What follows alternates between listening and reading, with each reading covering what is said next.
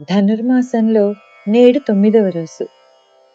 ధనుర్మాసంలో గోదాదేవి పాడిన పాసురాల్లో ఈరోజు తిరుప్పావై 9వ పాసురం. గోదాదేవి ఇలా చెబుతున్నారు: చీకట్లు తొలగి ఉదయభానుడు వచ్చేలోగానే యమునలో 3 మునకలు వేసి మనం పూజకు సిద్ధం కావాలి. ఈలోగా ఆ చిన్ని కన్నయ్యను కూడా లేపాలి. గోదాదేవి చెలులతో కలిసి పూలను సేకరిస్తూ పల్లె వాతావరణాన్ని వర్ణించే అంశాలు ఈ పాసురాలలో మనం చూడవచ్చు. ఒక్కొక్క రోజు ఒక్కొక్క వర్ణనతో గోపికలను నిద్రలేపుతూ ఉంటాయి ఈ పాసురాలు.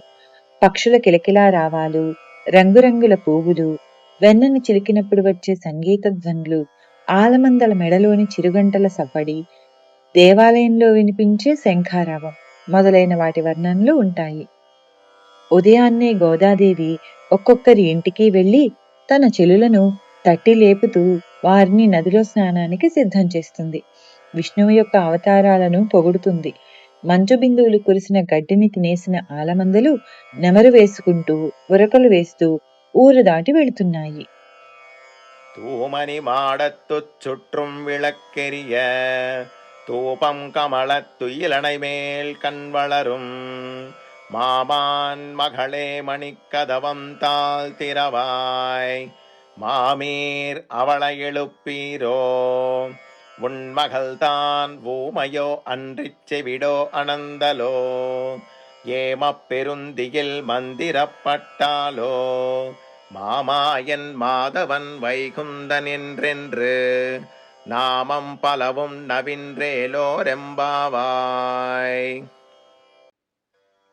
4వ గోపిక నిద్రించుచున్న మేడ దోషములేని నవరత్నాలతో పొదకబడి నిర్మించిన మేడ. ఇది మనకు పరమాత్మకు మధ్య ఉన్న నవవిధ సంబంధాన్ని సూచిస్తే, దాని చుట్టూ కాంతులీనుచున్న దీపాలు గోపిక యొక్క జ్ఞానాన్ని సూచిస్తున్నాయి. శ్రవణం, మననం వల్ల మనోమాలిన్యాల దోషాలు దూరమై భగవత్ జ్ఞానం అనే కవచంతో భగవంతుడు తప్ప ఇతరమైన కోరికలపై స్పృహలేని స్థితప్రజ్ఞత స్థితికి చేరింది ఈ గోపిక.